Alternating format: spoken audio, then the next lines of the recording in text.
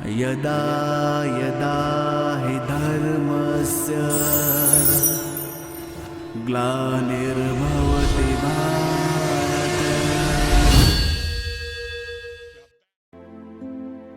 ओम शांति। 27 जून 2021 अव्यक्त बाप दादा के महावाक्य। Revise date 26/1/88। वाणी का टाइटल संगम युग पर नंबर 1 पूज्य बनने की अलौकिक विधि। आज अनादि बाप और आदि बाप अनादि शालिग्राम बच्चों को और आदि ब्राह्मण बच्चों को डबल रूप से देख रहे हैं। शालिग्राम रूप में भी परम पूज्य हो और ब्राह्मण सो देवता स्वरूप भी गायन और पूजन योग्य हो। दोनों आदि और अनादि बाप दोनों ही रूप से पूज्य आत्माओं को देख हर्षित हो रहे हैं।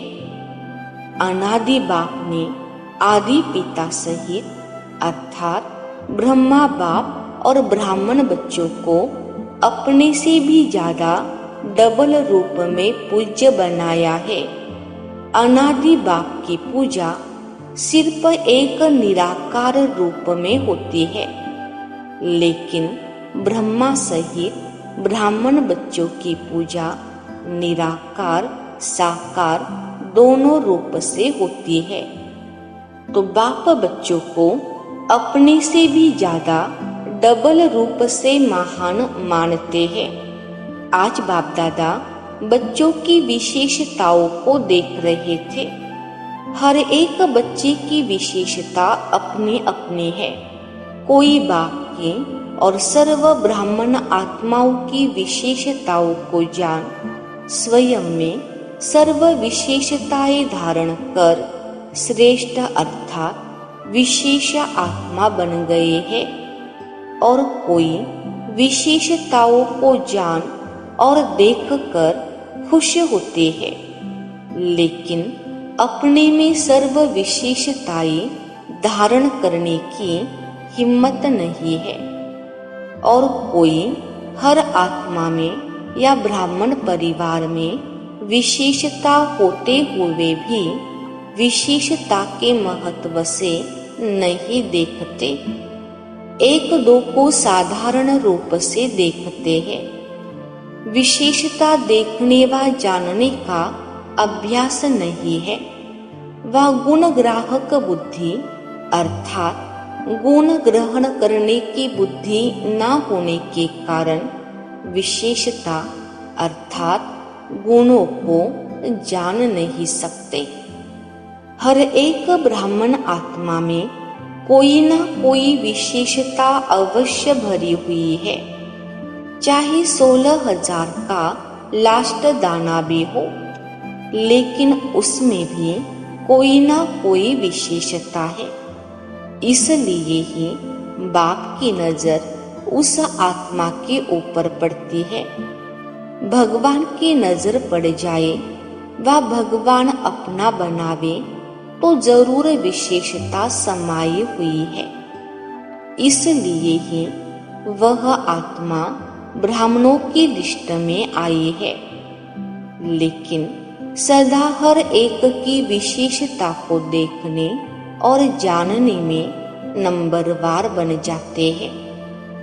बाप दादा जानते हैं कि कैसे भी भले ज्ञान की धारणा व सेवा में याद में कमजोर है, लेकिन बाप को जानने बाप के बनने की विशाल बुद्धि, बाप को देखने की दिव्य नजर, यह विशेषताएं तो है।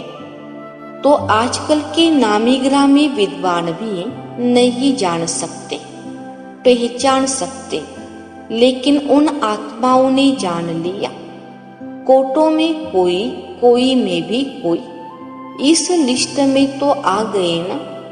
इसलिए कोटों में से विशेष आत्मा तो हो गए ना। विशेष क्यों बने? क्योंकि ऊंचे ते ऊंचे बाप के बन गए। सभी आत्माओं में ब्राह्मण आत्माएं विशेष है।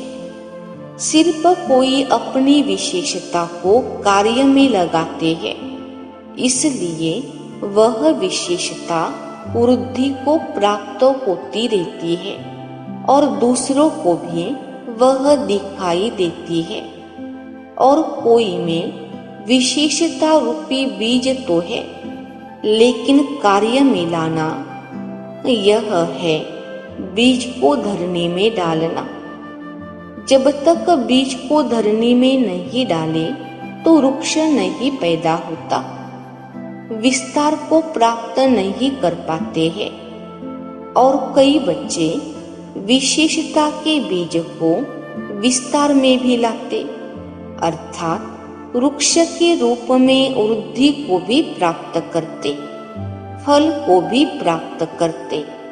लेकिन जब फल आता है तो फल के पीछे चिड़ियाएं, पंछी भी आते हैं खाने के लिए।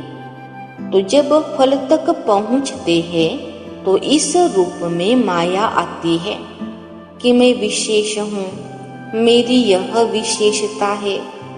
यह नहीं समझते कि बाप द्वारा प्राप्त हुई विशेषता है।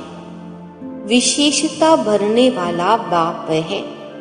जब ब्राह्मण बने तो विशेषता आई। ब्राह्मण जीवन की देन है, बाप की देन है। इसलिए फल के बाद अर्थात सेवा में सफलता के बाद यह अटेंशन रखना भी जरूरी है। नहीं तो माया रूपी चिड़िया, पंछी फल को झूठा कर देते या नीचे गिरा देते हैं।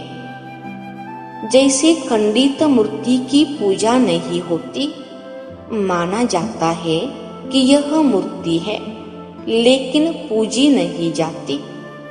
ऐसे जो ब्राह्मण आत्माएं सेवा का फल अर्थात सेवा में सफलता प्राप्त कर लेते हैं, लेकिन मैंपन की चिड़िया ने फल को खंडित कर दिया, इसलिए सिर्फ माना जाएगा कि सेवा बहुत अच्छी करते हैं, महारथी है, सर्विस एबल है। लेकिन संगम युग पर भी सर्व ब्राह्मण परिवार के दिल में स्नेह के पात्र व पूज्य नहीं बन सकते हैं। आज का प्रश्न, लौकिक संबंध में बुद्धि यथार्थ फैसला देती रहे, उसकी विधि क्या है? उत्तर, कभी भी लौकिक बातों को सोचकर फैसला नहीं करना है। अलौकिक शक्तिशाली स्थिति में रहकर फैसला करो।